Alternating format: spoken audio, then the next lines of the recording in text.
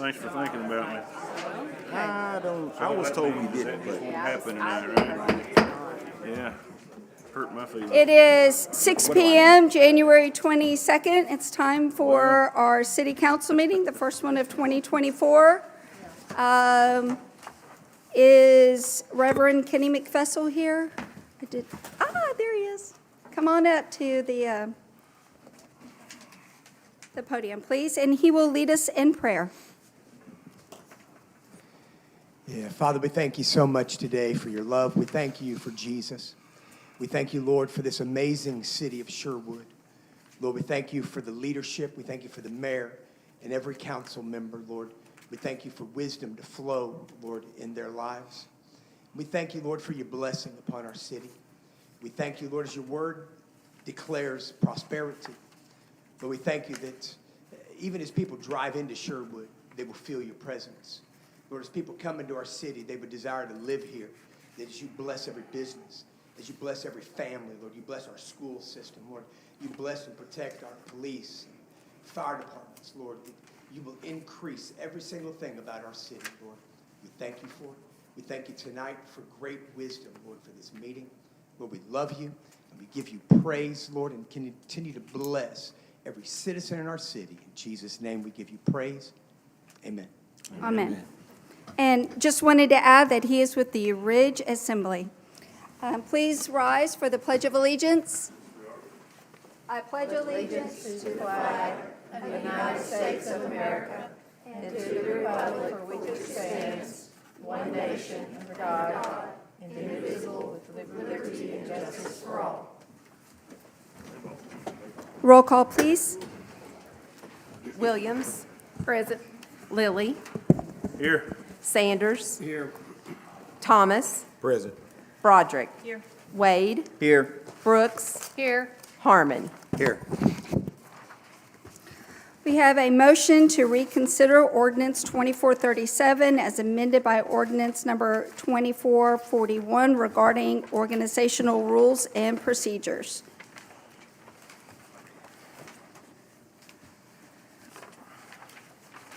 There are no alterations. This is the exact same one that was adopted last year.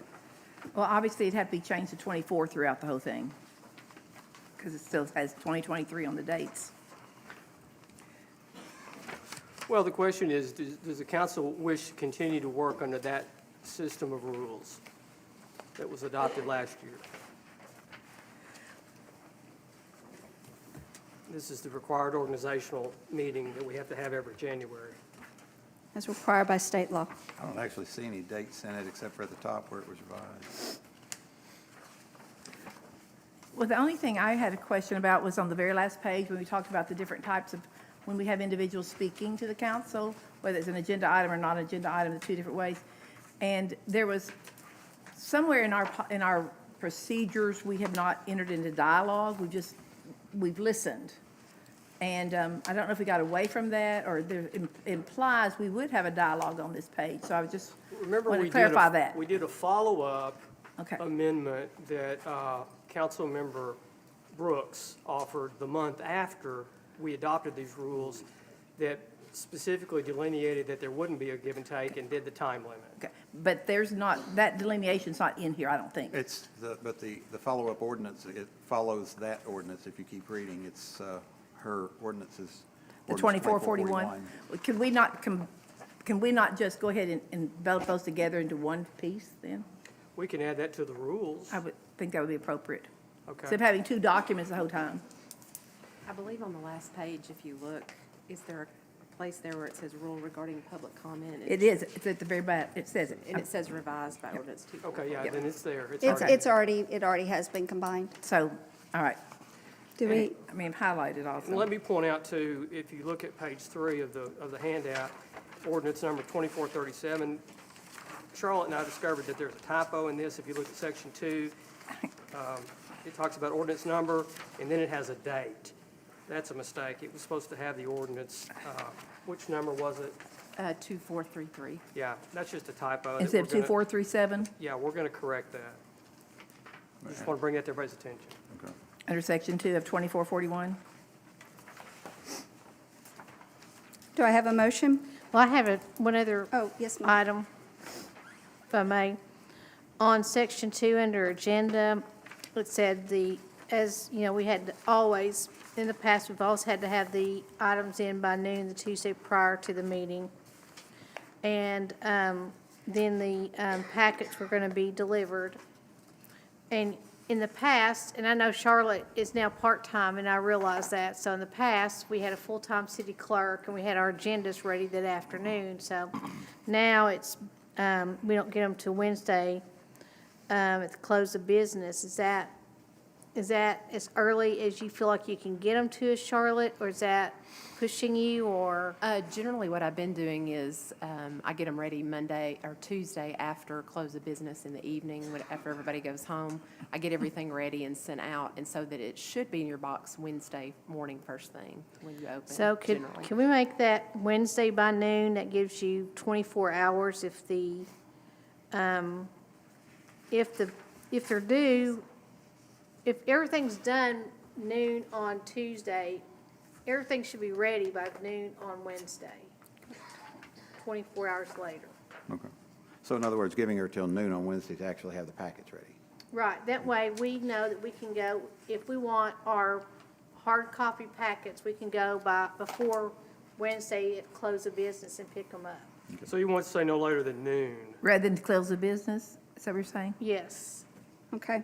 Does that work, So, Charlotte, can you do that? Is that doable? I think so. I will say the snow days this last week Well, made I that a mean- little bit harder, but. You Well- forget, you could have 3 days in that case, okay. Yes, we all realize if weather problems arise, it's not something like that's different, but But should it not also be changed to say that council meeting agenda items should be turned in no later than close of business on Tuesday instead of noon on Tuesday? it should be, yeah. Because that's when you'll take them up to close of business on Tuesday. No, I do not. I do not take anything after noon. No, during So the noon. day. Okay. So it's That still gives noon, okay. noon to noon. I Still noon. I would prefer to leave that. Okay. Just so that gives. Yes. That's fair. All right. So noon to noon. Noon to noon. Is So there is a every- motion to adopt with those amendments? So moved. Sarah. Second. Okay. It's been moved and seconded. Roll call, please. Williams. Aye. Lilly. Aye. Sanders. Thomas. Aye.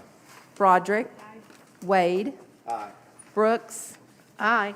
Harmon. Aye.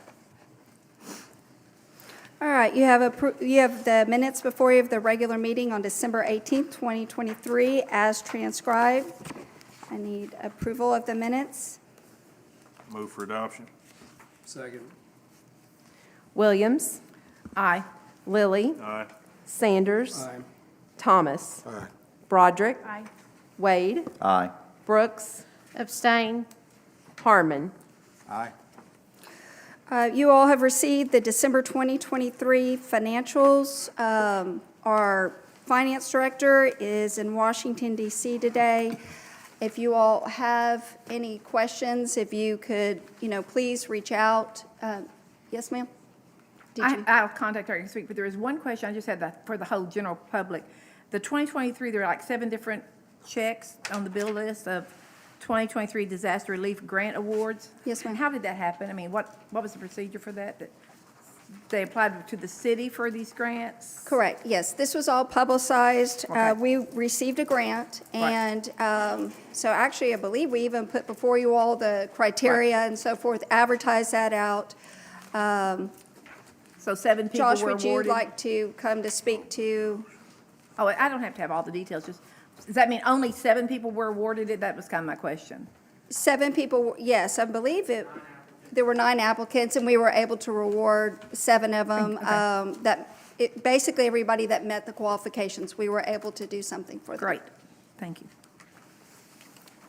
That's awesome, though, that we were able to do that. Yes.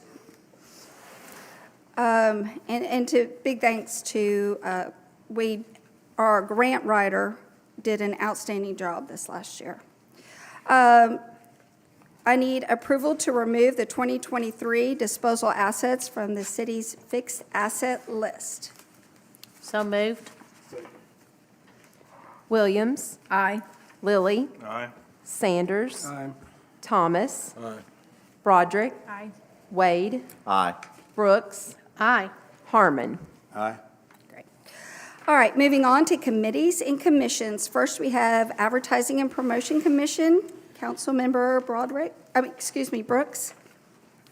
We did meet, and the minutes are in the packet. We did discuss several items, including last year's Trail of Lights. We're going to have further discussion on that at the next meeting we're going to do a deep dive into what transpired last year and what we're going to do for next year. So I would prefer to report more on that at the next meeting.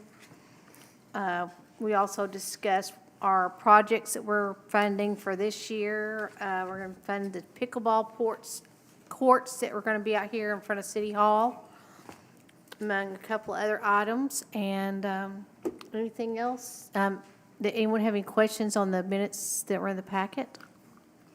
I think one of the exciting things is that the fact that they had already gotten estimates and had already started moving forward on them so that they could get ahead of the game, Parks had on the A&P projects, so.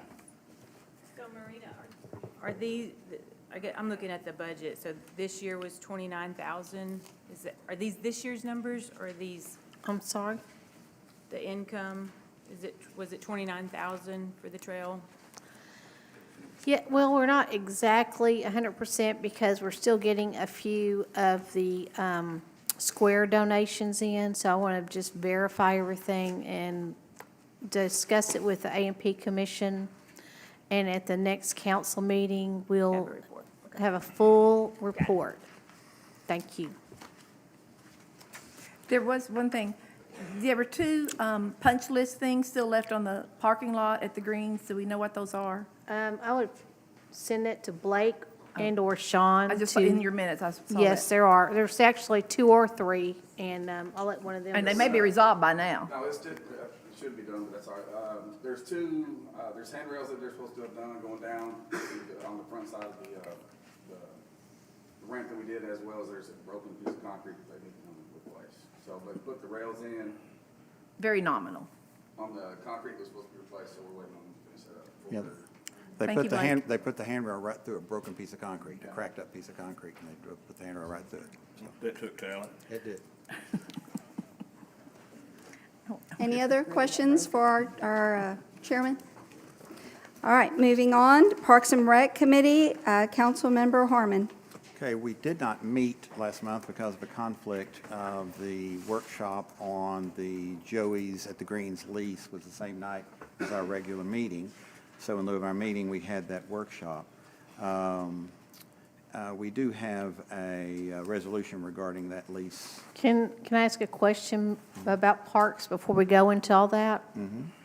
Okay. I, obviously, guys, everybody knows I was absent for a bit. Did I miss something, or I didn't know that the city took over, that the Sharks are now being run by the city? I found that out today. Okay. What? So, yes, in order for the Sharks to be able to go forward, they just didn't have parents willing to be able to do that anymore. So it's being set up as an enterprise fund. So it will be self-sustaining, but it will be basically run through the city. Will it be going through the Parks Committee, or has our decision already been made? I'm just No, asking. that was the only way in which we could continue on. This doesn't affect Parks and Rec budget and so forth. We've worked this out with Colleen and Hannah, who's our aquatics director and the parks director and so forth. But this is not something that needed to go through the Parks and Rec committee. We need to have a swim program, and this is going to be the only way in which we can have one going forward, so.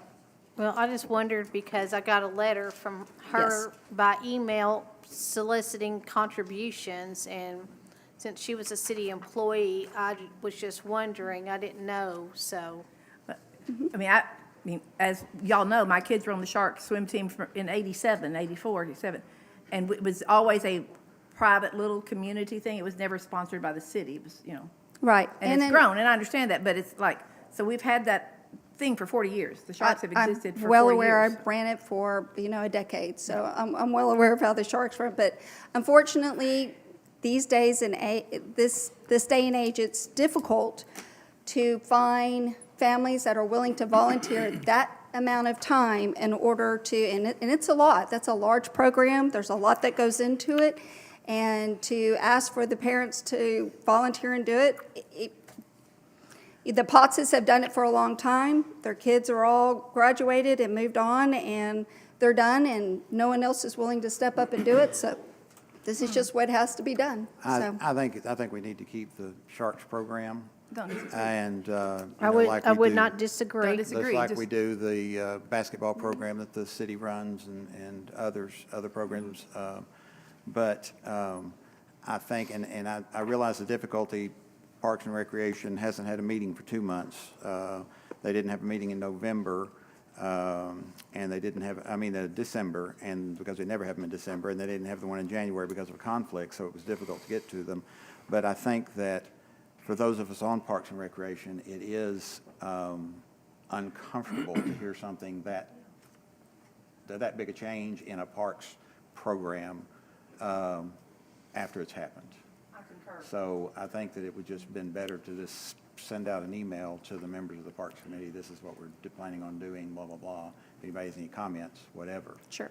But, And Sherwood is one of the, in fact, we're the only city where they've not gone to this format for this very reason. It's just, it's gotten to be very difficult to get volunteers anymore. Did they approach the city on that? Yes, they did. They did. We met with them, we met with the Pottses. This was the only path forward, and it was this path or no path. And with the fact that, like I said, this will be set up as an enterprise account, so it will basically be a pass-through. It's not going to cost the city any money, so. Would you like to? read the resolution. I was going to say, I echo what Councilman Harmon said. I think we do need the program, but it does give me some pause that we didn't hear about it, just the actual committee itself. And I do have some concerns, if we have city employees that are soliciting for donations for it, because I don't want us to get a year down the road and there be some type of problem where somebody's saying we're using city monies to keep that program afloat. So I'm good with it, Well, as long as it sustains yeah. itself. Yeah, we are using city monies basically to keep all of our sports programs afloat. This is the only program, so to speak, in terms of swimming, that the city has not been using the monies in any way to keep afloat. So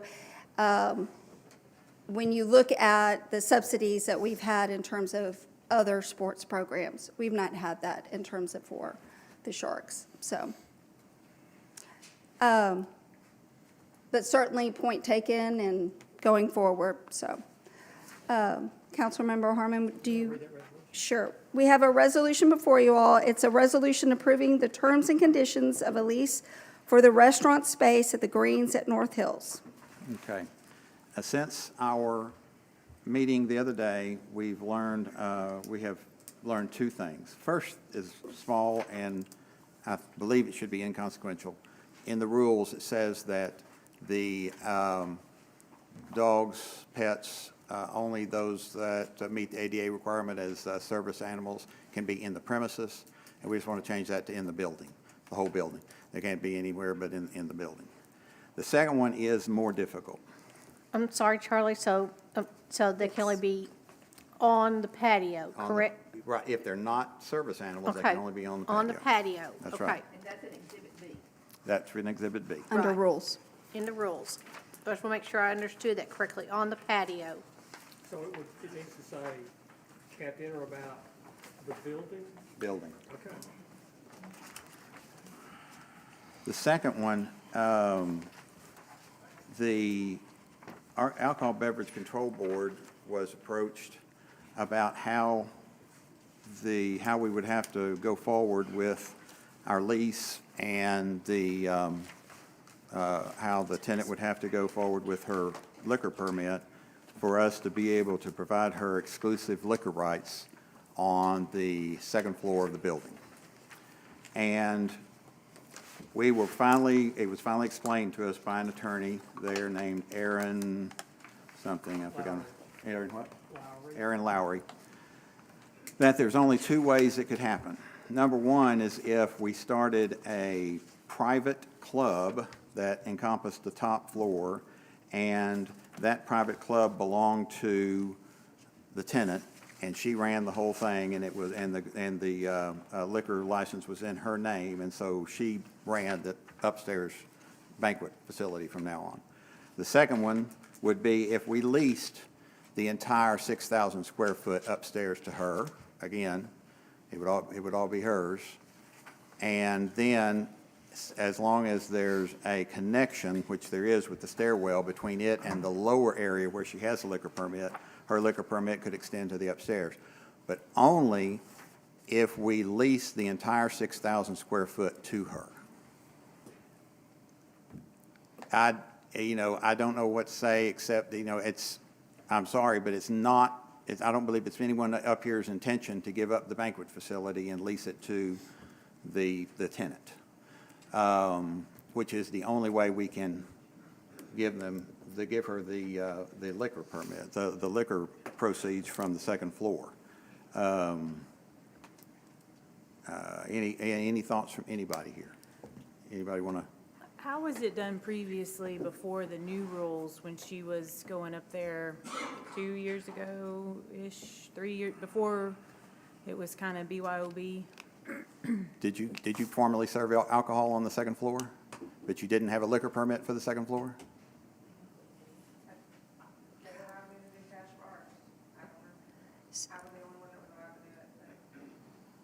It would be on a case-by-case.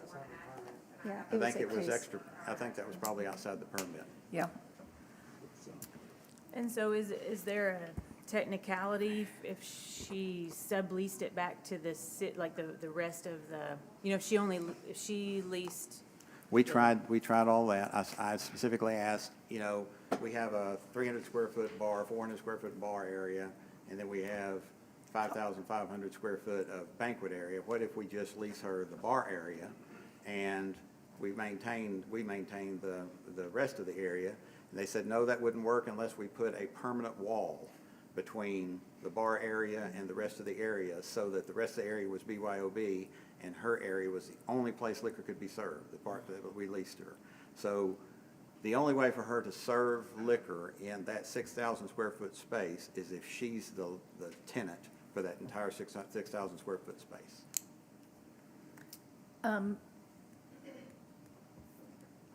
I'd like to see can we sever those two pieces? I mean, Joey's Restaurant is a place that we've been talking about for 4 months. We need to bring closure to that. I see that I didn't know that she was interested in doing the upstairs.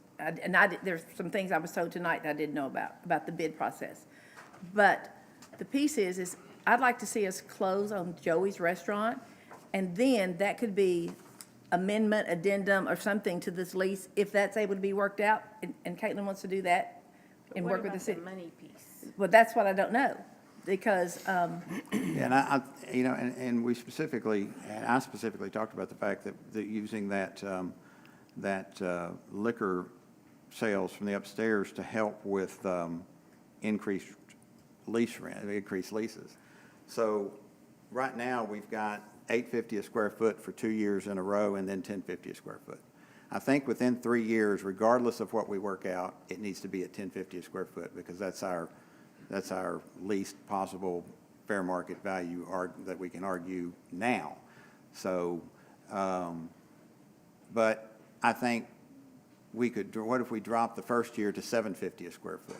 I think that's a wonderful idea. And then $8.50 a square foot, and then $10.50 a square foot, because of the fact that we can't give the liquor sales for the second floor that we thought we were able to give. And then if we work out a way to do it later, then we can amend the lease at that time. then make an amendment or addendum to it. But that language comes out now. But that language would come The out now. language about language that upstairs gives her the comes out. Exclusive lease, exclusive liquor on the second floor would come out. And the rents would reduce to $7.50, whatever. And I've not done the math on the $7.50.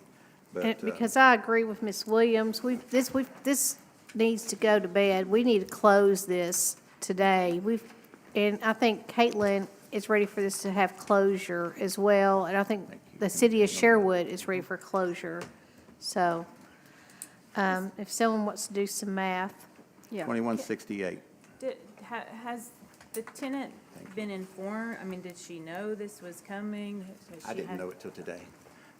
I feel like that for us to agree upon a price and then give it to her and ask her to make a decision. She has 30 days to sign the lease. Right, but I think that she Well, under the needs, resolution, it says it's effective February 1. she needs time for her attorney to see what her option, I mean, this is a very sudden, drastic change. I will say, when this issue first arose, that I did call her attorney Okay. and advised him that this might be an issue that the council was going to revisit at this meeting. I did make that call. Thank you for doing that, Steve. One other thing that I have a thing, and I'm not minimizing your comment, is under section 11.2, I wrote on my notes, and Charlie, from our workshop, that, and I think her attorney was standing here and y'all were comment, that there would be 30 days to cure any breach. And in the contracts, I've read that it had 15. And I'd like that to go back to 30, because I did have that. Well, it's a negotiated point with their lawyer that we went to 15. We negotiated that after the fact. that it Oh, went okay, down to so 15. my notes are right, okay. Yeah, your notes were right, but it's 15 now. Okay, I And so have we some- gave something for that? No, well, it was The attorney- at the their attorney. meeting before before I said it was 30, the attorney offered 72 hours, and I didn't hear that.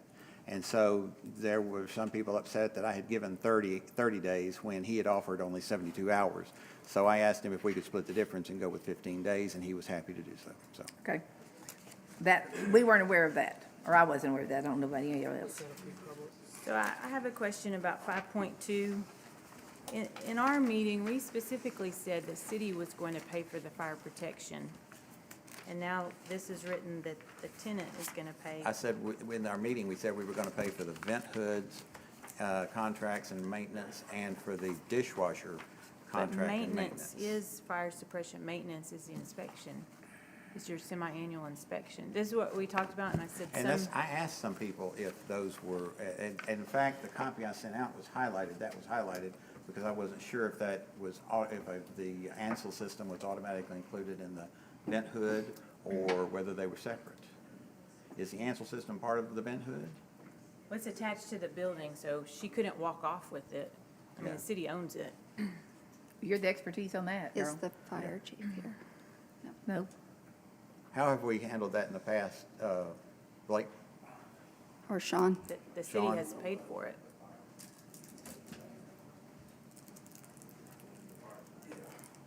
We covered it this past year. What? We covered it this The city pays for it, the fire protection? The city's paid for it for. Then we'll move Forever. that. Then we'll Remove that, okay. I'll move that. And that's in 5.2, correct? You're making notes, right? The fire What does it suppression need to say? I just need to take and the out- alarm service both? I need to take out. I mean, those things belong to the building. Yeah, They're okay. attached. They're attached to the, are those the four words we need to remove? Fire, the suppression and fire service? Fire suppression and alarm service. Alarm service, suppression okay. and Those alarm 5 service. words, okay, remove. Okay, I got it. Okay, I have another question. On the top paragraph, Section what, please? section 5.1. Was it always written, because we didn't, I don't remember us discussing it, but the way I read this first sentence, the tenant at its expense shall repair any damage to any portion of the premises or building caused by, and then it says contractors. So if a delivery truck comes and, damages the curb, are we asking the tenant to pay for what? Absolutely, it's her contractor. It's her delivery truck. We're not gonna fix it. If it's somebody that is renting upstairs and they damage it, that's the city. But if it's associated with the tenant pays it. I mean, that's pretty standard. Is that common, Steve, that the city wouldn't pursue the delivery company? No, it's not how it works. We're gonna hold the tenant responsible, that the beer tenant is gonna guy. hold, the tenant is tenant's gonna gonna hold hold We're that. gonna hold them responsible. We're not gonna Okay, third party I see step in. We're gonna let the person who invited them onto the premises, Hold them responsible you know, for to hold their them repairs. responsibility for the repairs. Okay.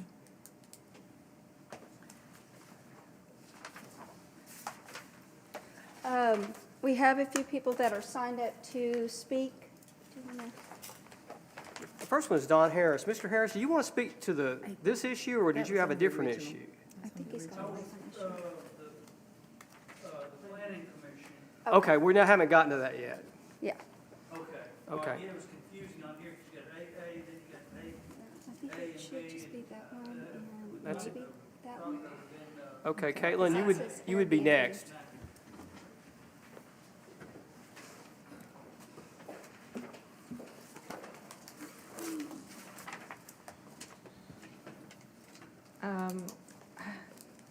This is like a complete shock. I wasn't expecting any of this. I don't really understand why nobody could reach out and say, hey, this is what's gonna happen tonight. Part of that's my fault. I didn't reach out to ABC because I don't have a lease yet, so I can't get a liquor license. And I should have been a little bit more proactive. However, like, you called me last week and asked me some questions, and I answered them, but this was never brought up. And then Steve called my attorney today, and I was informed that some of the council members had questions. Well, it wasn't today. That was It all I was It was over a informed. week ago. Do what now? It wasn't today. It was over a week ago that I called him. Well, he talked to me today. Okay. And he's not here today because I assumed that we were just approving what was discussed in the last meeting. So I would like to request that we just table this for now until that I can consult with him and see if we can come up with, or we can do our own due diligence with ABC and see if we can come up with something. That's all I have. I like that idea personally. This was a big blow if she was not informed ahead of time. I mean, it's a major contract to approve with a substantial change. But there seems to be a way that you can accomplish both, Caitlin. If we approve this lease with the amendments we've had tonight, which was, nominal things, but when you're removing the one major piece, that gives the restaurant to you. That gives what you've been working in for 5 years. That doesn't preclude that we are not still interested in you following through with the ABC. We're still interested in you doing that conversation. We just have to take out this lease from the information that we received, or that Steve received this weekend, I guess, Friday or Saturday. And he shared this with me yesterday, I think, because I called about some other questions on it. I don't know why you weren't called, but he did call your attorney, because I know he said he did today. We could actually put the restaurant piece to bed, especially with the lower rent for this first year, as this gets moved out. I don't know what the numbers were, and I'm also still like confused on where this fair market value comes up. Like, is this just numbers that we came up with, or like, who came up with those numbers? That's a fair question. And, I still have spaces in there, like, you want me to pay the same amount for all the places that aren't heated, or there's a big chunk, like, there's a big room in the middle that I'm paying for, that it's heated by what's heated upstairs, which is always hot as sin. So I can't really, like, I'm currently storing beer in there because I had to move everything from where it always was because of the air conditioners. Anyway, I moved it into that room, but it's hot. Like, you walk in there and you're sweating, and it's like that all year round, and I can't change it.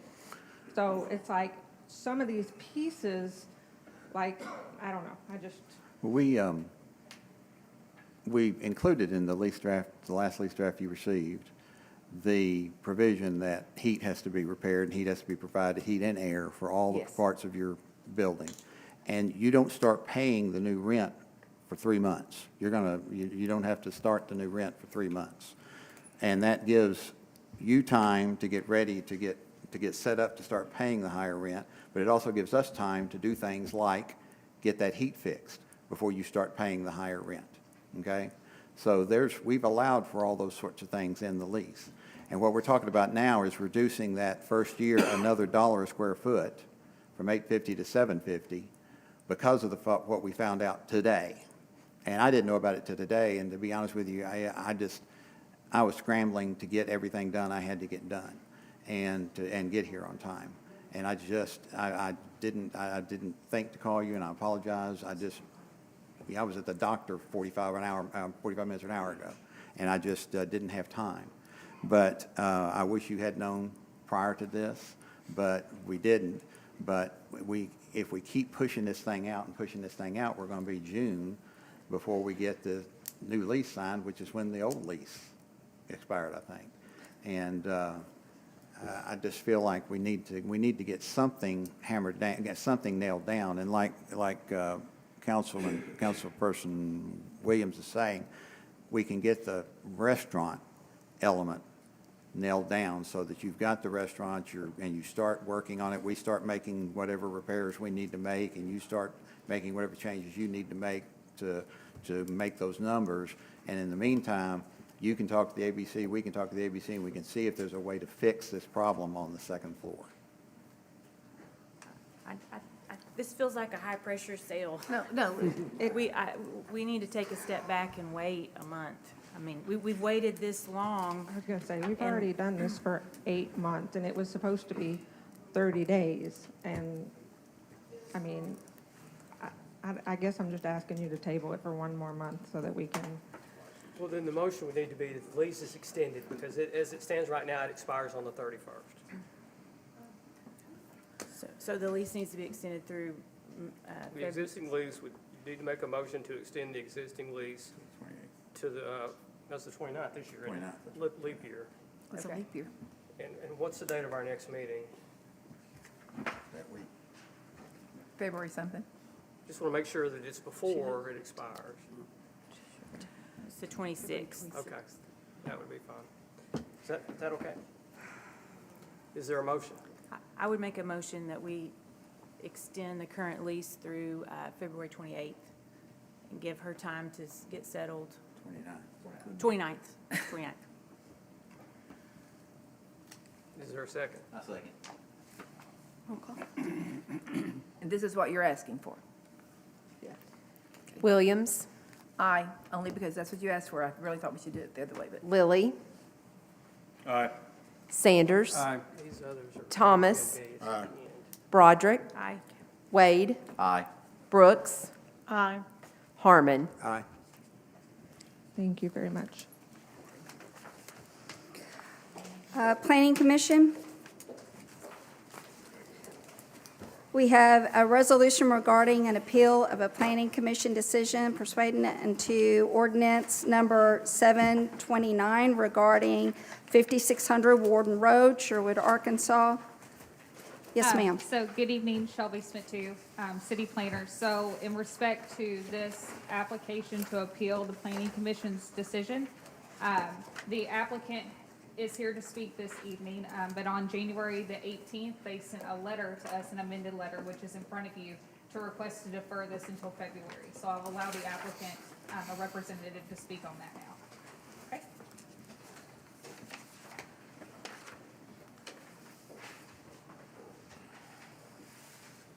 My name's Michael Crosby. I work for Quattlebaum Grooms and Toll in Little Rock, and I'm here on behalf of the applicant, Focal Point. Essentially, they'd like to seek some guidance from the council on whether a use like this has a chance of being permitted in the future. Given the Planning Commission's comments on it, revisions to their application, if they were to do that, would be pretty extensive, and they would just request we defer this to February to get our ducks in a row, essentially. May I ask a question? I want to be clear on what steps you're asking the council to consider. Are you going to want to present, if you ask the council to defer, you're deferring the denial, the appeal of the denial, if you will, from the Planning Commission that is now before the City Council? Okay. Will what you eventually present, if you are granted a pass, if you will, is it going to be an appeal of what was presented to the planning commission, or is it going to be something different? It would be what is presented to the commission at the December 12th hearing. Okay, because there was some discussion today about maybe doing an amendment. Yes, sir, there was, and there's been some miscommunications on all fronts, and I'll take the blame for that, but Okay, so to be clear, you just want a deferment Yes, on the sir. appeal to next month? yes, sir. Okay. And you also asked for guidance from the council, I think you said, about what the chances are. They'd just like to touch base with council members if they're willing outside of a meeting such as this. Because the city's resolution on storage units in the past, and just to get a feel for y'all's thoughts on it. Well, I'm very fond of Quattlebaum Grooms, Tull and Borough. It's, used to be, Borough's not there anymore, Quattlebaum Grooms and Tull. But I'll have to tell you, you don't have to call me because I'm on the record as saying I don't vote for any more mini storage warehouses in Sherwood. So that's just me, and there's 7 other people here. So, but as far as, and I think that those the impression you probably got from the planning commission may have given you something of a hint, because I read those minutes. Yes, sir.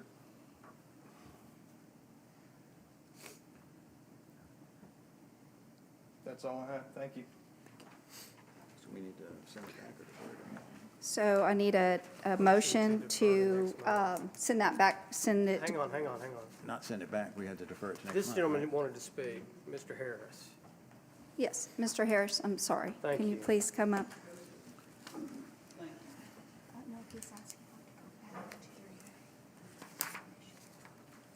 We might ask him to come back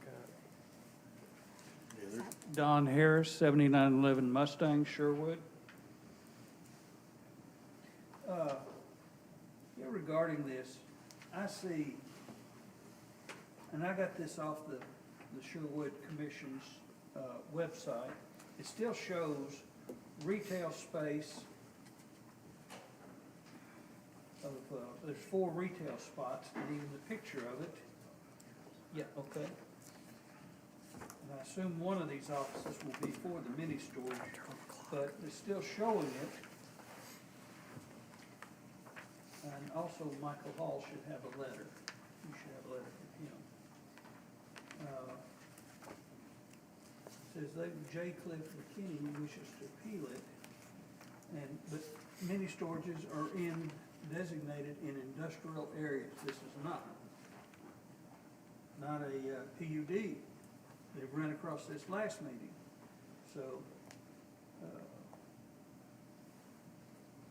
all the other mini storages now are designated in industrial. Is that correct? Yes, sir. Okay. Here's the plan off of it. It's still showing retail space. And thank you. The property, according to the city planner notice of appeal, but it says including 4,800 square feet of general retail space on the first floor. Now, wait, You've got about a minute left in your time, sir. thank you. And I quote, it says, the property shall be developed solely for use as mini storage. Well, how can you have retail space if it's solely used for mini storage? Within this, because you got unit B1, 2, 3, and 4. And it also says, again, the site will include bike racks as an amenity. Who rides bicycles on a freeway access road? There's no lanes there for that. I've been in mini storage business 31 years at my location. Nobody, and I've got residential across the street from me. Not once has anybody rode a bicycle to my mini storage. So that's not an amenity, that's a danger right there. Okay, sir, your time has expired. Thank you for your time. Could council come back up just for a clarification, please?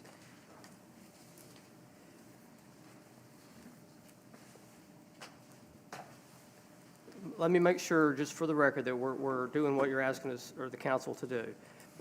You want this appeal you want to maintain the appeal as it is on the agenda now, but you just want it postponed till the next month. Yes, sir. There's not going to be a change. You're going to approach the council with whatever was denied by the planning commission. No, sir. What we bring on appeal will be what was heard by the commission and what they ruled on. Okay, so we need a motion. It's a table. You can table, or you can. Or you can go ahead and vote it up or down, or your three options. Yeah, I move to table it. For 30 days? Yeah, for 30 I'll days. Till the Second. next council Till the meeting. next council meeting. Is there a second? I second it. Okay. Williams. Aye. Lilly. Aye. Sanders. Aye. Thomas. Broderick. Aye. Wade. Aye. Brooks. Aye. Harmon. Aye. And Shelby, doesn't that moot the second one, the B? Yes. It'll just have to appear again That next can be month. tabled as well. Okay. Need a So we motion need to go table on ahead, that. do you want me to go ahead and read it once, and it just doesn't move forward? Sure. Because it's on the agenda. Okay. We have an ordinance amending the official zoning district maps for the property located at 5600 Warden Road and for other purposes. This is just being read once, as this will be addressed next month. All right, moving on, we have a resolution authorizing the mayor and the city clerk to enter into a revised Pulaski Area Geographic Information Systems, PAGES, interlocal agreement and for other purposes. So basically, this is the exact same interlocal agreement that we've always had. All it's doing is adding Maumelle onto that. They were not a part of it before.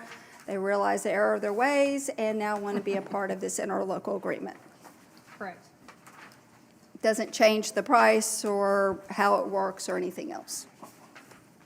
So nothing else is changing, just adding Maumelle. Yes, sir. That's correct. Move for adoption. Second. Williams. Aye. Lilly. Aye. Sanders. Aye. Thomas. Aye. Broderick. Aye. Wade. Aye. Brooks. Aye. Harmon. Aye. Next up, we've got Street Committee, Councilmember Lilly.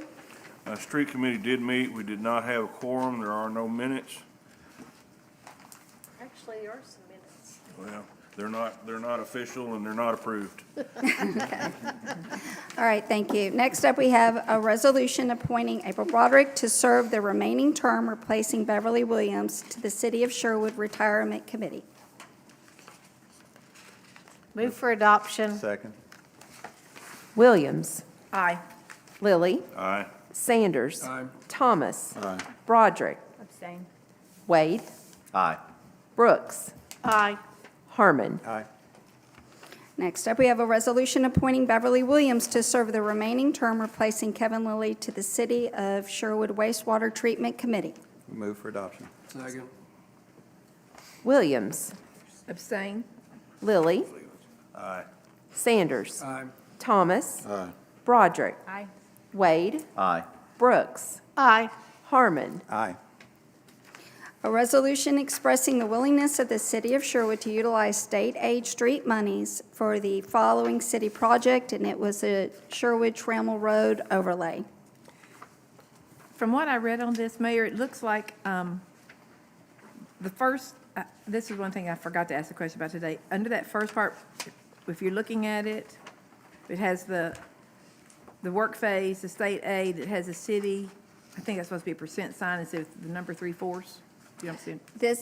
This actually is the exact one that they send us that we have to adopt. I understand that, but if there are typos from us then? Charlotte, do you? It shouldn't be. It should have been the exact one we received, but. She said she used the exact Okay, one but that you she see what I'm talking received. about? Yeah, we used the one they sent us. Okay, I'm just saying there's a typo on it. Okay, the other thing is, this would mean the max of the city would be $30,000 from this, is that how I figured that out? Brian, would you like to come up and speak to this? I tried to call you Mr. Calloway.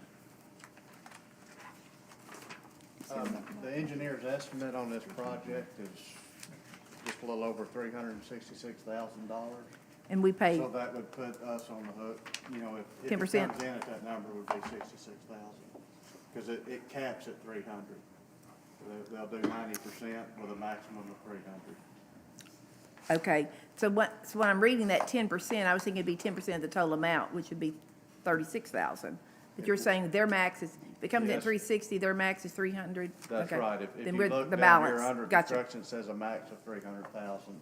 Of course, we Yep. always try to select a project to where we'll get the whole 300,000. Okay. What this will allow is basically to stretch the city's dollars when it comes to Oh. our overlay projects. I'm So- for the grant. I just want to make sure we know how much money our part of it's going to be. And we won't actually know till they left the contract and the bids actually come in, but their engineer's estimate's about 366,000. Okay. And we'll fund it out of the overlay program.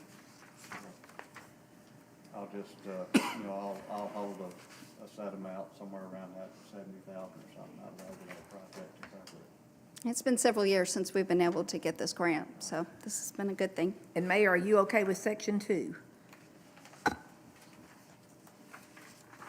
His designee? Yeah. I just thought, you're still a her, so I thought you might want to change that pronoun. It's okay. It's not a Okay. personal thing. It's fine. Move for the adoption of the resolution. Second. Williams. Aye. Lilly. Aye. Sanders. Aye. Thomas. Aye.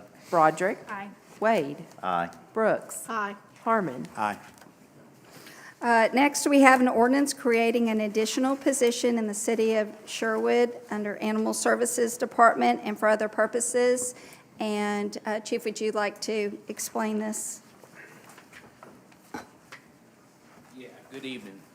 So we have we took over the animal control under our umbrella this last year, and so we've had a lot of turnover down there for one thing, but the major problem that we have right now is that we have a long-term employee that's one of our kennel technicians, that is having some health problems and is out.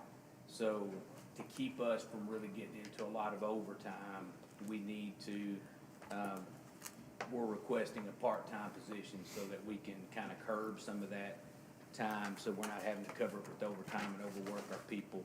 And secondly, that probably is something that we can use even once he's back to work to kind of help supplement some of that to reduce some overtime down there as well. So these kennel technicians, they're the ones that take care of the kennels, the animals inside the building. They're not the animal control officers that you see out in the trucks.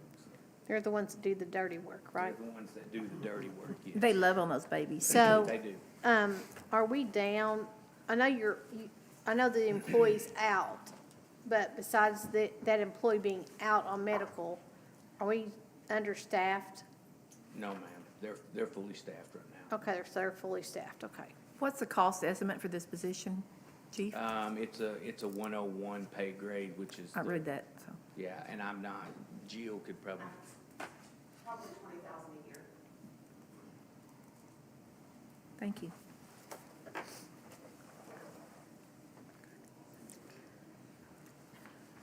Maybe place it on second reading? Second? Williams. Aye. Lilly. Aye. Sanders. Aye. Thomas. Aye. Broderick. Aye. Wade. Aye. Brooks. Aye. Harmon. Aye. An ordinance creating an additional position in the city of Sherwood Animal Services Department and for other purposes. Second reading. Move to suspend the rules, place it on third and final reading. Second?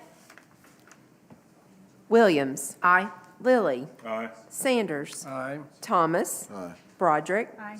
Wade. Aye. Brooks. Aye. Harmon. Aye. An ordinance creating an additional position in the city of Sherwood Animal Services Department and for other purposes. Move for the adoption. Second. Williams. Aye. Lilly. Aye. Sanders. Aye. Thomas. Aye. Broderick. Aye. Wade. Aye. Brooks. Aye. Harmon. Aye. All right. Next up, we have an ordinance authorizing business to be conducted between the city of Sherwood and a municipal employee concerning counseling, declaring an emergency, and for other purposes. Chief? Okay, so this one's a little bit more complicated to explain. So, there has been a push in the state of Arkansas for law enforcement to have more training in officer wellness and crisis intervention training. So we had the opportunity, one of the local psychiatrists in the area, his name is Dr. Buster Lackey. He is he's one of the psychologists that works for Southwest EAP, that when we send somebody to refer somebody to EAP or somebody requests to go to EAP, he is one of the counselors that works for them.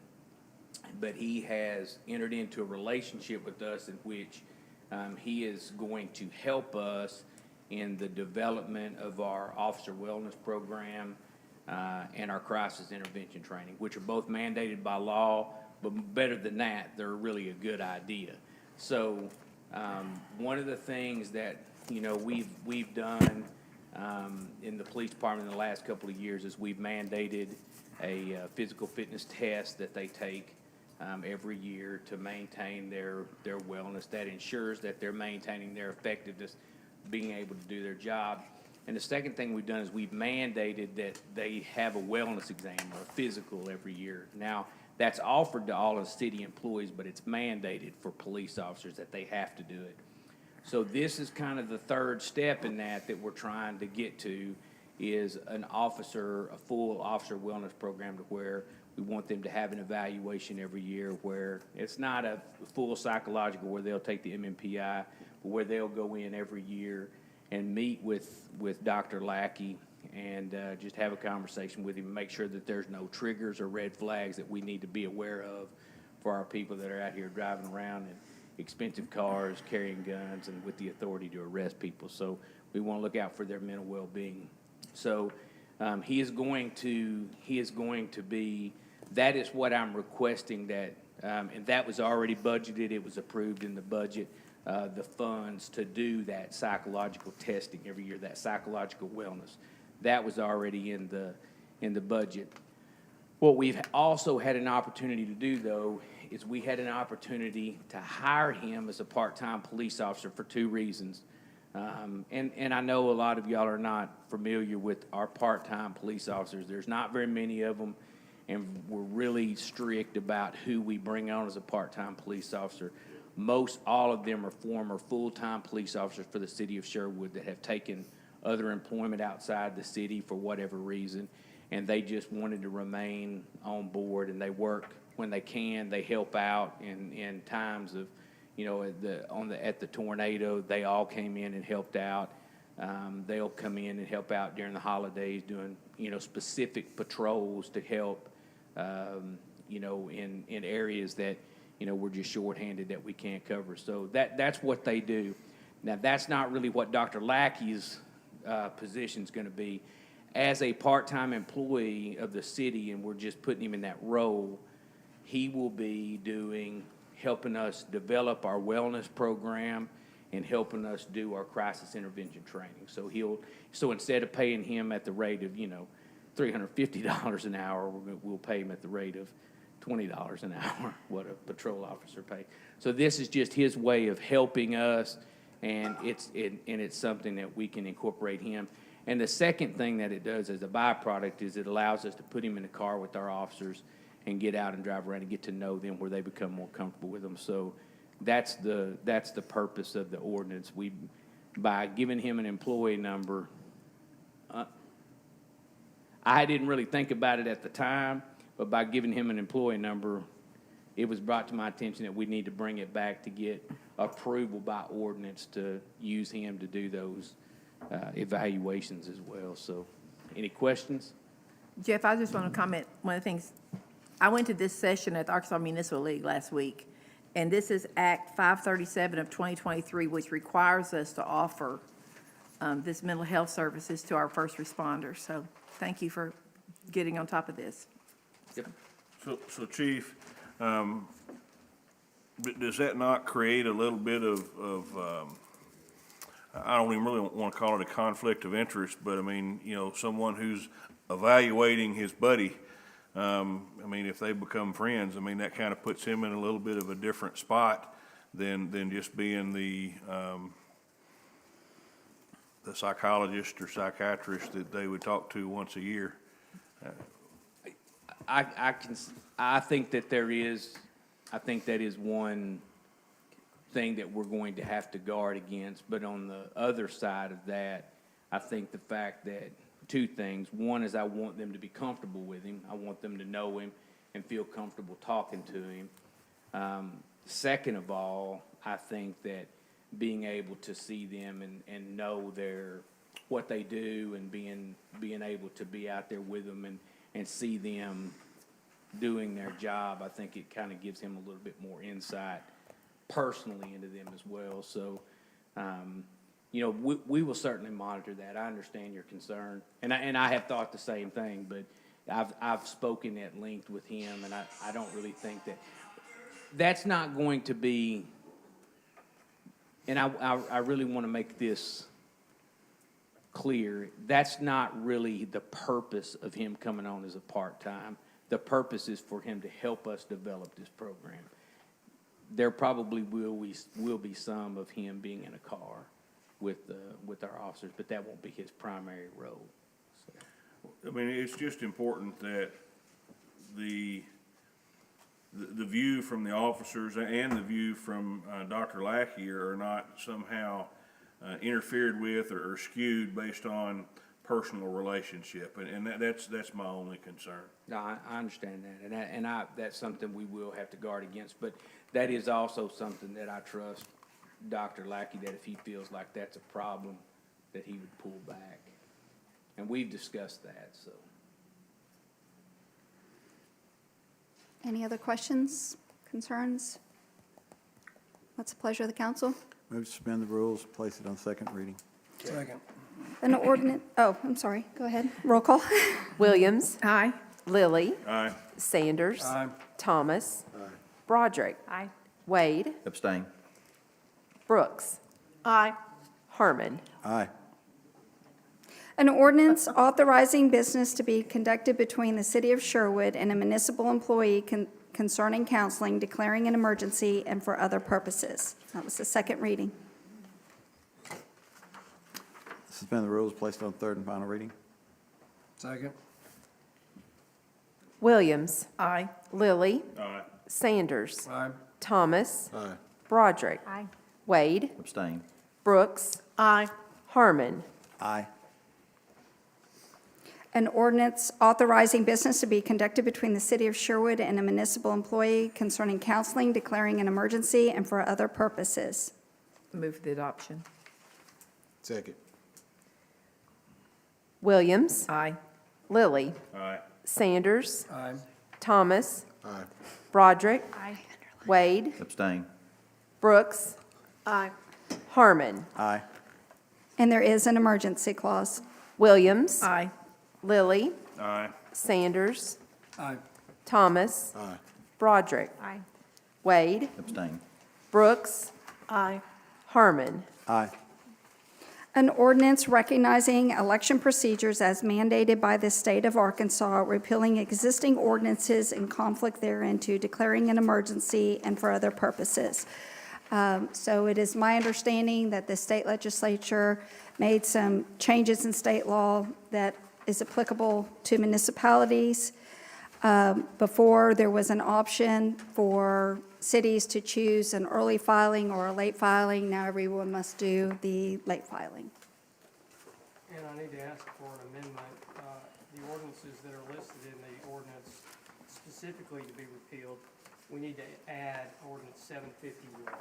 So moved. Second. Williams. I'm voting for the amendment. Amendment. Yes. Aye. Lilly. Aye. Sanders. Aye. Thomas. Aye. Broderick. Aye. Wade. Aye. Brooks.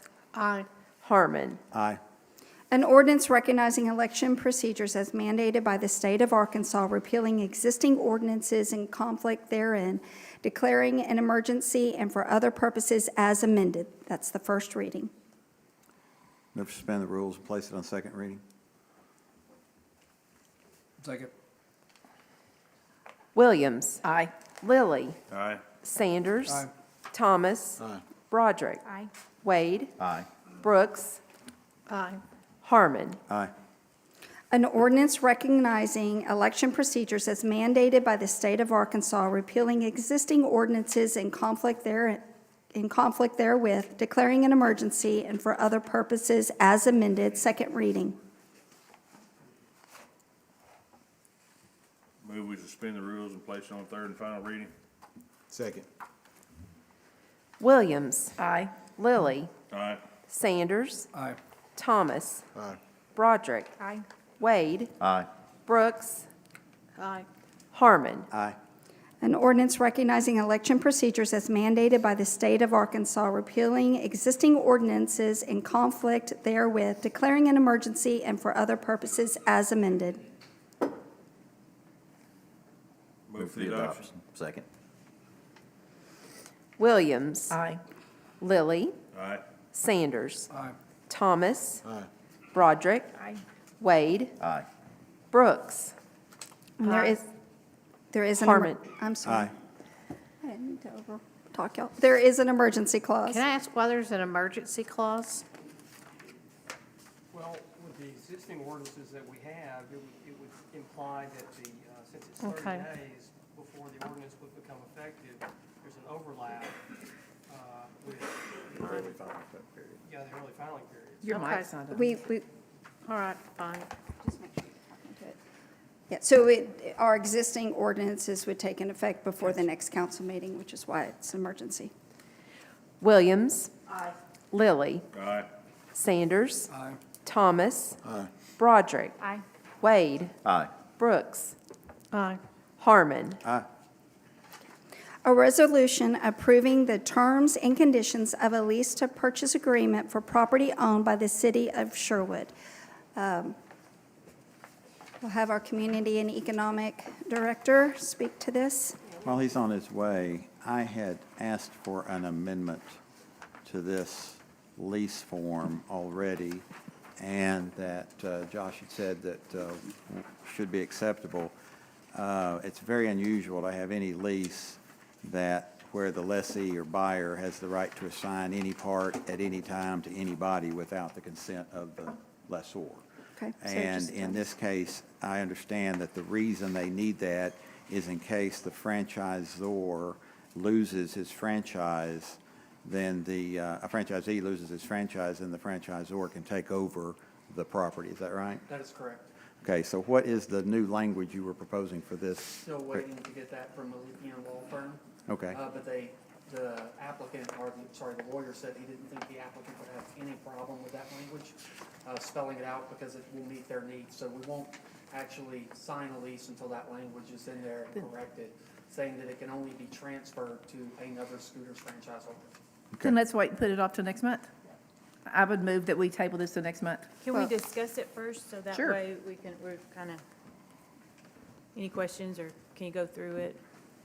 Sure. So this is for Scooters Coffee. They're going to be taking the property that the city purchased for $128,000 back in, I think it was 2019 is when we purchased that property. So that, they're going to pay us back for that property over the period of a 5-year period, plus the cost that we have for the rezone and the replat. The hope is that over that period of time, that they'll be able to come to a more favorable financial loan situation other than the high interest rates that are currently in place. They're going to be financing this build 100% themselves. And just so you guys know, they are Sherwood residents that own the franchise rights here as well. I believe they live over on Country Club, they said. So they had moved back, and they own several of they own the Scooters in Central Arkansas. One Mall is the Yeah. latest one that they opened up.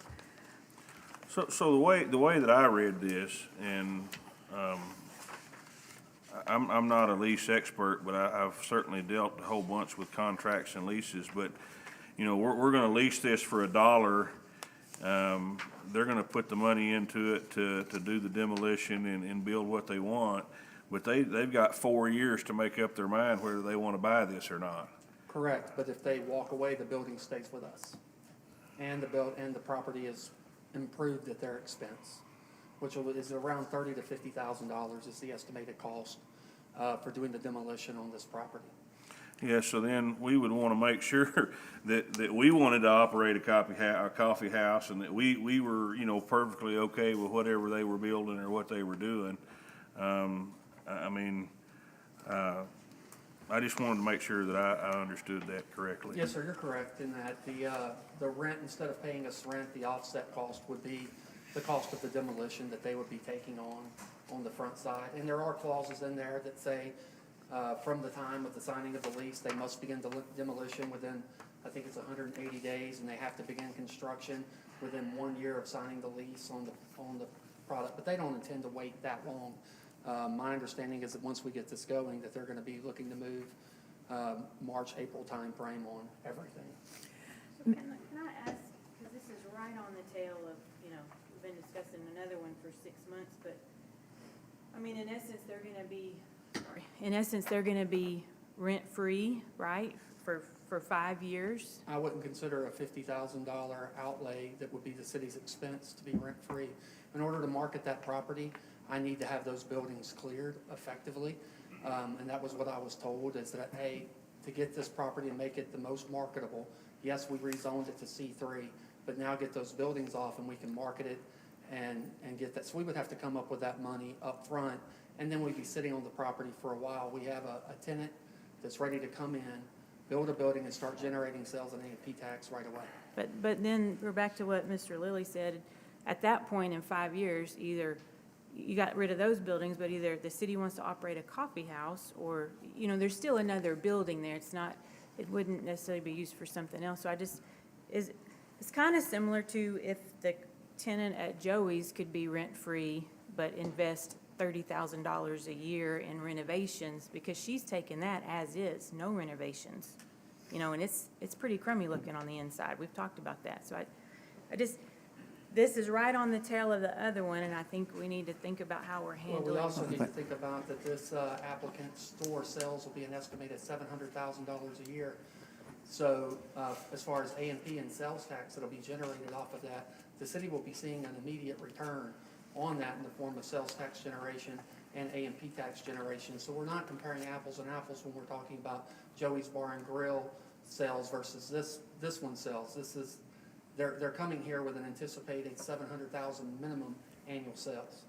So we're not talking about the same thing here. And when we rent below fair market value, we have to show the accommodation that we're receiving for that. And I think in this case, the demolition of those two buildings is pretty clear accommodation for rent for 5 years, 4 years on what would essentially be vacant property initially. And as far as the building that goes up after the fact, I don't think it's a matter of whether we would be operating a coffee shop or how successful we'd be at marketing it to a new vendor. Correct, and you have to look on the lease as well. There is some due diligence period that they have, a time in which they'll be able to get the easement access required to touch Bear Paw. If they can't get that access, then they walk away from this deal before they do anything. However, if they do get that and access to Bear Paw with an actual connecting road to that parcel, makes that property much more valuable if they did walk away to us, because now we're connected to a hard light.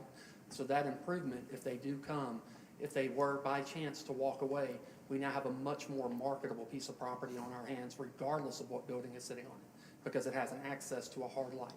So they have not gotten that No, access yet? They cannot get that access until they're under a lease agreement to begin negotiations, and we, as a city, can have nothing to do with that process. It'll be between two private individuals to make that happen. Mr. Harmon, Yeah. what was the section that you were talking about earlier, at the very beginning? Which It's section? on the second page. It says Section 4, Sublease and Assignment. Okay, that's the one I had the question mark about, okay. Yeah, that was it. I would, So what were you second. proposing on that Okay, one? Well, what I've proposed is that the reason that's there, I understand from Josh, is because the franchisor, the scooters overriding company says that the lease has to say something that if the franchisee loses its franchise for some reason, that the franchisor can come in and take it or give it to another franchisee. And so that's why they put that in there, but that's not what it says. It says that they have the right to assign it to anybody. They could assign it to Joe Blow down the street if they wanted to. So what I said was we need to tighten the language up so that it says in the event franchisee loses the franchise, then it can be assigned to a new Scooters franchisee or to the overriding franchisor, Scooters, Inc., whoever they are. And we do have a copy or a digital copy of this lease, and we can make that amendment and send it back to them if that's the language that you guys require that's in there. You know, this is simply a resolution saying that we can proceed forward. If you guys want that language in there, let's add it there. Let's pass the resolution. That way we can get this thing moving. We don't lose any time in the process of having to come back at the end of next month to get this thing going. That'll be a month of time and due diligence and everything else that'll be lost to them because they can't start their process until this is done. I can't support that. I would have to agree with Councilmember Williams that we need to see the language before we vote on it. So I'm seconding her motion that this be tabled for 1 month. All right, thank you. You made the motion? I did already. Okay. And Charlie tabled it. You all should have. Oh, hang on, I got to vote. I'm sorry. Oh, I'm sorry. I thought that, I was making sure I had the motion a second correct. Got it. Williams, Aye. Lilly, Aye. Sanders. Aye. Thomas. Broderick. Aye. Wade. Brooks. Aye. Harmon. you all should have received a copy of State of the City. Heather did an amazing job putting this all together. Basically, all the different sections were all submitted by the department heads with it. It's a great read. It'll be put up on our website. There are copies that are available. I certainly have no intentions of reading this. I just want to say that we have much to be proud of in Sherwood in 2023. So congratulations to each and every one of you, and for all of our hardworking city employees out there to have gotten so much done in the face of 2 natural disasters is quite remarkable. So, any old business? Can I bring up something, Mayor? I have had several phone calls, and I talked to Mr. Cobb about it, just to put it on everybody's radar. I'm having some constituents in our ward complain regarding Airbnbs and that we don't have any regulations. I think that's on that new business, and we got someone to speak, got someone It'll signed be up to coming up. speak. Oh, I didn't, okay. So I just want, I'm sorry. I mean, I don't see that under new business, so. We have 2 people here that want to speak about Well, it. I don't see that list, so, okay. Okay. Did you find anything out with the people who spoke last month about the speed bumps, and we were going to look into the address that they were questioning? So, Public Works, yes, they actually went there. They knocked on the door, they left a letter asking for them to reach out. There's been no response at all, from the person. I have sent. One house, at that one house? From the one house, and I am also sending a letter this week. At that point, if we're getting nothing that the person feels that either that their name wasn't on it or was put on it incorrectly. So that's kind of where we are on it. It's not completely done yet because we wanted to try one more opportunity to reach out to that person, but we have been trying. So,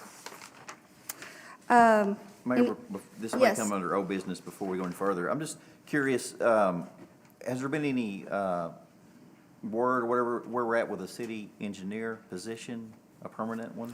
We have had no applicants that met the criteria. So, no, there's not been much movement. Right now, there's a real lack of engineers out in the field in the state of Arkansas. We've reached out to multiple states. And the reason for that is, once all that ARPA money came out, there were project galores everywhere. And so all of a sudden, the demand for engineers has been quite substantial. So we're going to, continue on the track that we are. We're making it work, and certainly we've got that position out there. So if we get a suitable applicant, then that would be great. But as of right now, that's where we are. But we've gone through, headhunting firm. We have been doing everything, advertising in journals, et cetera. So it's, I've talked to other cities, I've talked to other engineering firms. It's just what's happening right now in the market, so. Thank you. Yes. All right. Do we want, under new business, we've got two things to discuss, and then I will have the two people who signed up to speak. On the calendar for the month of May, the fourth Monday in May is Memorial Day. So what I'm trying to make sure from the council is the wishes of the council to move it up to the 20th, move it up 1 week, and keep it on the same day of the week? Or do you all want to do, a different day of the week, but keep it closer to the actual? Actually, I would recommend we move it up because there's 5 Mondays in April, and so it'd still be a 4-week space between them. So if we move to the 20th of May. Everybody else okay with that? Okay, so it'll be May 20th. We need to vote on that. I don't think we have to. No, the rules say that if you want to make a change, it just has to be a consensus. That way you don't have to have a new ordinance every time. Yep. Chief, if you could come up. So we feel that it's very important that everyone understand what's happening with Pulaski County Special School District and the SRO situation. This is not something that the city decisions take lightly. And I'd like the chief to explain exactly what's going on and where we are with Pulaski County Special School District on this issue. Okay, so, and I know I don't have Facebook, but I'm probably the only person in the room that doesn't. So I know that there's been a lot of stuff that's been kind of out there on Facebook about the schools. So I feel like y'all need to know what the circumstances are. So, and I'm not gonna go into great detail, but there was an incident that happened at the school back in September, and there was an investigation that ensued, and there were my understanding is that there were some teachers that were disciplined, or some school officials that were disciplined as a result of that. Well, one of the school resource officer that was assigned to that school was, I felt, was working in a hostile work environment. There were some things that were happening, some things that were said to the officer. So we removed her from the school, notified the school that this was going on. We removed her from the school. And I was given assurance by the school official that this was going to be investigated and that it was going to be fixed, and then we were going to put the officer back in the school. Well, and I know this letter got out there, but I received a letter from the school district in the last, I don't know, couple of weeks, and I responded to that letter. But basically what the letter said was that they wanted the school resource officer removed because there was fear among the faculty and the students that their licensure and their certifications were in danger because of her doing her job, basically. And so, and she's a police officer. She's not a school official. So basically what my response was is that in order for us to remove an officer, you're going to have to give us cause if you're going to ask us to replace them with someone else, you're going to have to give us cause that we're not going to remove somebody just because they're doing their job. And so, and I want there to be no misunderstanding about the fact that I want there to be a school resource officer in the school. We don't get paid a dime for having those school resource officers in the school. We pay for every bit of their salaries. We pay for all their fringe benefits. We pay for everything. They are Sherwood police officers that our citizens pay their salaries. So the school does not pay for them at all, and we put them there because we believe in community, and we believe that that is our obligation to keep those kids safe and the faculty safe. So that's why we want them in the school. But at the same time, they are police officers. They're not school officials. They're police officers, and they are bound to do their job. They're bound to enforce the law. And if there's concern about that from the school district, then I feel like they owe us a reasonable explanation as to why and what that infraction or concern is, and they have not provided that up to this point. So I know there's a lot of conversation out there. We did not pull the school resource officer. They requested, the school district requested that she be removed. So we're still in negotiations with them. Actually, me and the mayor and Mr. Cobb met today. We have a meeting scheduled with them. Hopefully, we can get this resolved, but I just wanted to make sure that y'all understood what the circumstances were, and I'll be glad to answer any questions that you might have. One point I do think is important because of something that I heard at the school board meeting. This has nothing to do with having a new mayor. This has been an ongoing problem for 3 years. It's just it never came before the council before. It never was as out there. Of course, social media has made it very out there, but which is fine.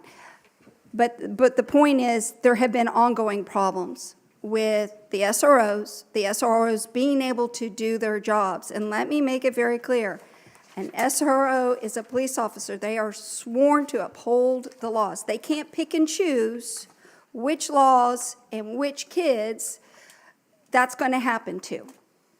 And we can't be in a position to where their integrity gets called into question. That is correct. This is and that is a very good point. This is not the first time this happened. 2 years ago, we went through the same issue with another school resource officer. So, and that was, we managed to get that ironed out, and that officer's back in the school. We've never had, it's just one of those things that I just wanted y'all to know. I'm frustrated by it. I'm frustrated that our school resource officer's not up there because she does a really good job, in my opinion, but that's kind of where we're at. And I just wanted y'all to know, hear it from me, and be able to, if you have any questions, be able to ask me so I feel like you have the right to know, obviously, what the circumstances are. So any questions that I can answer? Can I change the subject really quick and introduce somebody while I'm up here?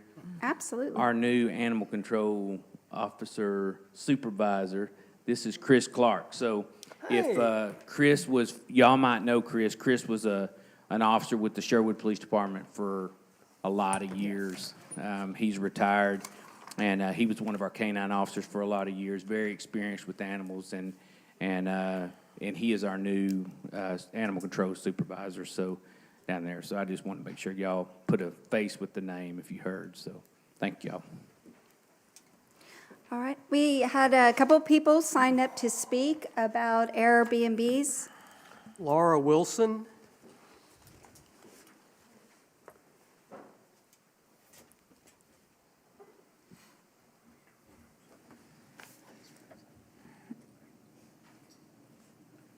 And Ms. Wilson, you have 3 minutes.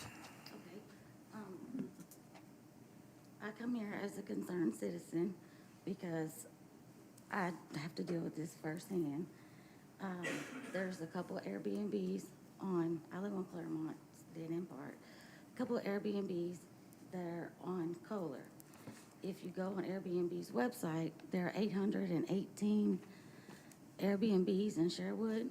And if you lived next to an Airbnb and you couldn't drive home and come say, you know, Mr. Smith is home and they know Miss Karen's doing this because their cars are there, you come home to not knowing who's in that driveway. And they're neighbors side to side. So there's two just in like where my backyard could reach. If I go further down the street, there's multiple ones in the townhouses. The first problem that I have is that when you buy an Airbnb, if you're in the neighborhood, the particular one I'm talking about was bought for $90,000. So that lowered everybody's property value in that neighborhood, because around that time, it was like 155 was what the rate was before they reappraised them. So that knocked everybody's property value down. That's number one. Second thing is, we don't know who is living next to us. If you buy a house, okay, when I grew up in Sherwood, this was not a city to play with. They didn't deal with riffraff. But now we got riffraff coming in whenever, and if they are a sexual predator, they don't have to register because they're in an Airbnb. You take the risk when you go to a hotel that you know there may be criminals, predators, whatever around. But if you're at your home and you're building a family that you want to stay in one place, and you have every Tom, Dick, and Harry, literally, because there's 6 men in that house right now, of what I'm talking about. And if the police back in the day wouldn't let you sleep in the back of a van in your driveway, they would have stopped and asked you what in the world was going on. But no, there's a man sleeping in a van outside, and there's a whole house for them to be in. So what? You have 30 seconds, ma'am. There's a problem with Airbnbs. We need to have some type of registry with the mayor, so as a citizen, you know when you're moving next door to one, so you don't have to worry about your property value going down at the time of this person. If he passed away, well, they're gonna snatch up his house for $90,000 and screw my property value. Thank you. Mr. Stephen Seville.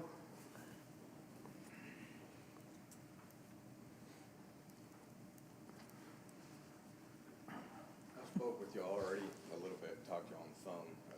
Laura kind of explained everything that's going on too.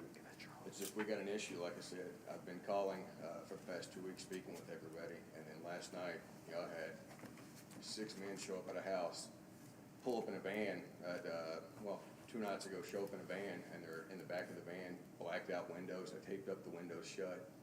The van was running with the generator with the air conditioning in the back of the van. There was about 4 or 5 men in the house, and that's what we're dealing with. I'm dealing with it for 2 years going on now. I've tried to speak with people in the past 2 to 3 weeks. It's got to stop. I don't know who's coming into the neighborhood. I've had my truck broken into. I've had keys taken out of my truck, stuff broken in my truck. I mean, it's getting out of hand. And now they keep coming into the city of Sherwood for Airbnbs, STRs.